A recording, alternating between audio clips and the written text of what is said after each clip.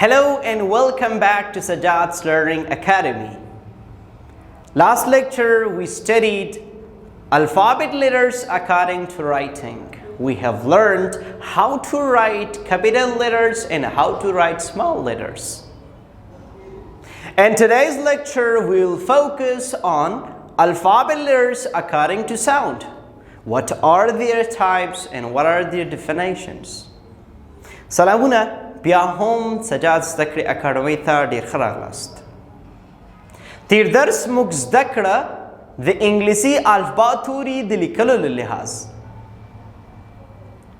موږ بحث وکړه څنګه موږ کولی شو لوی توري ولیکو او څنګه موږ کولی شو کوچني توري ولیکو. همدارنګه نن ورځ موږ بحث کوو په انګلیسي الفبا توري د غږ له لحاظ. د غږ له لحاظ په څو ډولونو تقسیم شوي دي، د دو ډولونو تعریفونه څنګه دي. راځو الفابet letters according to sound یعنی الفبا توري د غږ له لحاظ.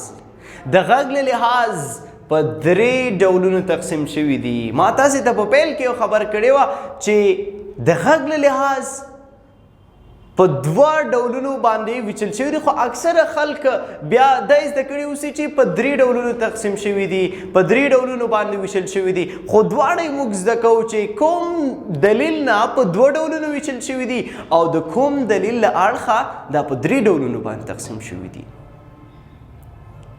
هغه چې کوم په دوه ډولونو باندې تقسیم شوي دي هغه ګرامر لیکونکي وایي چې موږ سره یوازې واول لیټرز دي او کانسوننټ لیټرز دي، چې هغوی بیا وایي چې دغه سیمې واول لیټرز خپله غږ د واول لیټرز ورکوي مګر دوی شمیرل کیږي په کانسوننټ لیټرز کې. یعنی هغوی وایي چې واول لیټرز 15 دانې دي او کانسوننټ لیټرز 19 نه، هغه بیا وایي چې 21 دانې دي. خو موږ یې دواړه اړخونه زده کوو.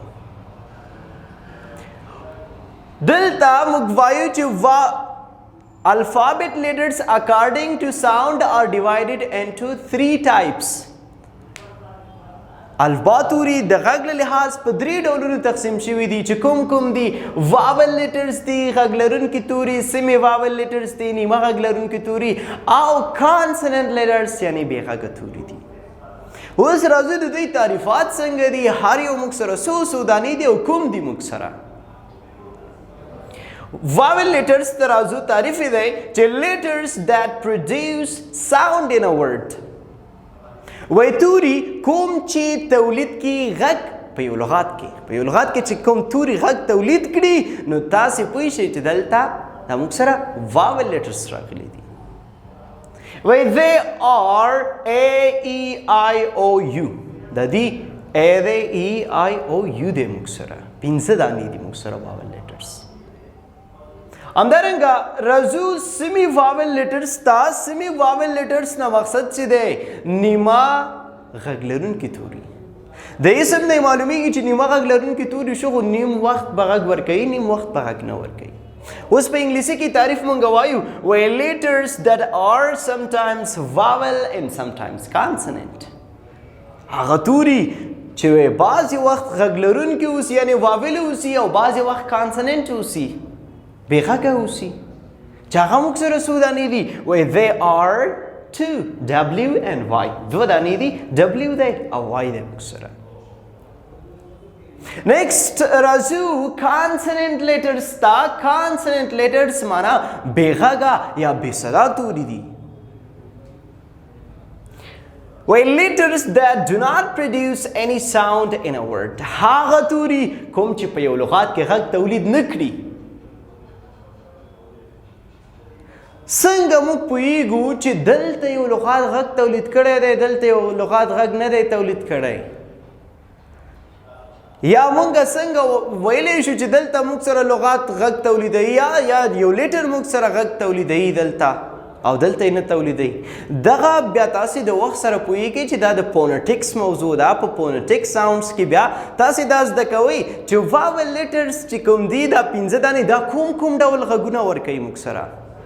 کانسننټ لیټرز ولې غږ نه تولیدوي دا موضوع بیا تاسې هالته په فونیټکس کې به زده کوئ تاسې صرف اوس لپاره همدومره زده کوئ تعریفونه یې زده کوئ او دغه زده کوئ چې دا څومره دي کوم دي موږ سره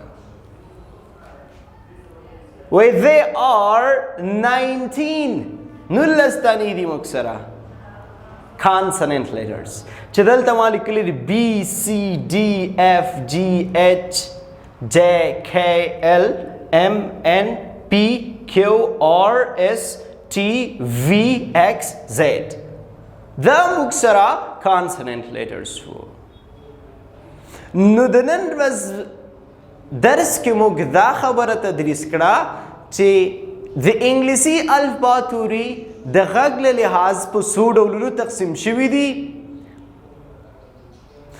چې هغه څوک چې ګرامر لیکونکي چې وایي چې په دوه ډولونو تقسیم شوي دي هغه په کوم دلیل سره وایي او هغه چې وایي چې په درې ډولونو تقسیم شوي دي هغه په کوم دلیل سره وایي دواړه موږ ولوسته بیا مو تعریفونه ولوسته د واویل سیمی واویل کانسننټ او د دو چې څومره لیټرز لري دغه مو ولوسته نو ما عزت الله صافی ته اجازه راکړئ تر بیا د الله په امان وخت مو بخیر